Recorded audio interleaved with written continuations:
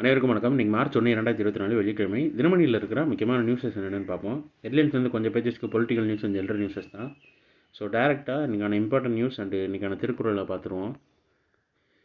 வாரி பெருக்கி வளம்படுத்து உற்றவை ஆராய்வான் செய்க வினை, பொருள் வரும் வழிகளை பெருக செய்து அவற்றால் வளத்தை உண்டாக்கி வரும் இடையூறுகளை ஆராய்ந்து நீக்க வல்லவனை செயல் செய்ய வேண்டும்னு தெரிந்து வினையாடல்ன்ற அதிகாரத்தில் திருவள்ளுவர் சொல்லியிருக்காரு. மொரிஷியஸில் இந்தியாவின் நிதி ஆதரவில் புதிய விமான ஓடுதளம் இரு நாட்டு பிரதமர்கள் தொடங்கி வைத்தனர் தெரிவிச்சிருக்காங்க. மொரிஷியஸில் புதிய விமான ஓடுதளம், படகு இறங்கும் துறை மற்றும் 6 வளர்ச்சி திட்டங்கள் ஆகிய இந்திய நிதியுதவி திட்டங்களை பிரதமர் நரேந்திர மோடி, மொரிஷியஸ் பிரதமர் பிரவிந்த் ஜக்நாத் ஆகியோர் இணைந்து காணொலி மூலம் வியாழக்கிழமை தொடங்கி வைத்தனர்னு தெரிவிச்சிருக்காங்க. அடுத்ததாக காரிஃப் பருவத்துக்கு உரமானியம் ரூபாய் 24,420 கோடி மத்திய அமைச்சரவை ஒப்புதல்னு தெரிவிச்சிருக்காங்க. உங்களுக்கு இதுலேருந்து ஒரு கொஸ்டின் என்னென்னா, காரிஃப் பருவம் எந்த மாதம் வருன்றதை சொல்லுங்கள்.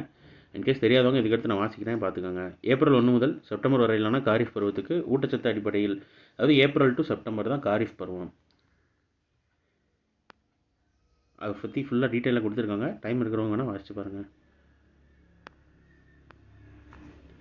அடுத்து MH-60R ஹெலிகாப்டர் விரைவில் கடற்படையில் இணைப்பு தெரிவிச்சிருக்காங்க. எதிரி நாட்டு நீர்மூழ்கி கப்பல்களின் செயல்பாடுகளை முறியடிக்கும் திறனை அதிகரிக்கும் விதமாக MH-60R ஹெலிகாப்டர் இந்திய கடற்படையில் மார்ச் 6ஆம் தேதி இணைக்கப்பட உள்ளது என அதிகாரிகள் தெரிவித்துள்ளனர். கொச்சியில் INS கருடா தளத்தில் நடைபெறும் நிகழ்ச்சியில் பாதுகாப்புத்துறை அமைச்சர் ராஜ்நாத் சிங் இந்த ஹெலிகாப்டரை படையில் இணைத்து வைக்கிறார்னு தெரிவிச்சிருக்காங்க.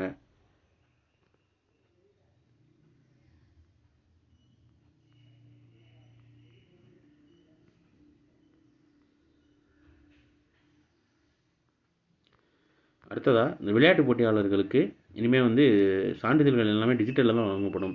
அதாவது விளையாட்டு போட்டியாளர்களுக்கு இனி என்ன சான்றிதழ்கள் மத்திய அரசு அறிவிப்புன்னு தெரிவிச்சிருக்காங்க. விளையாட்டுத்துறை அமைச்சர், மத்திய விளையாட்டுத்துறை அமைச்சர் அனுராக் தாக்கூர் தெரிவிச்சிருக்காரு. எல்லாத்துக்குமே இனிமேல் டிஜிட்டலில் தான் சர்டிஃபிகேட் வரும் அப்படின்ற மாதிரி சொல்லியிருக்காங்க.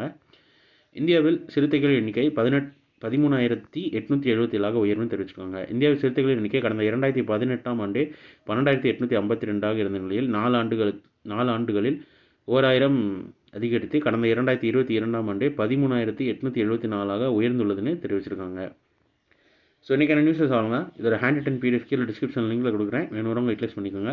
இதோட ஷார்ட்டர் வெர்ஷன் கரண்ட் அஃபேர்ஸ் நம்ம சேனலில் இருக்குது, வேணுறவங்க தான் யூட்டிலைஸ் பண்ணிக்கோங்க. ஸோ மேலும் இன்னொரு நியூஸில் சந்திப்போம். தேங்க்யூ.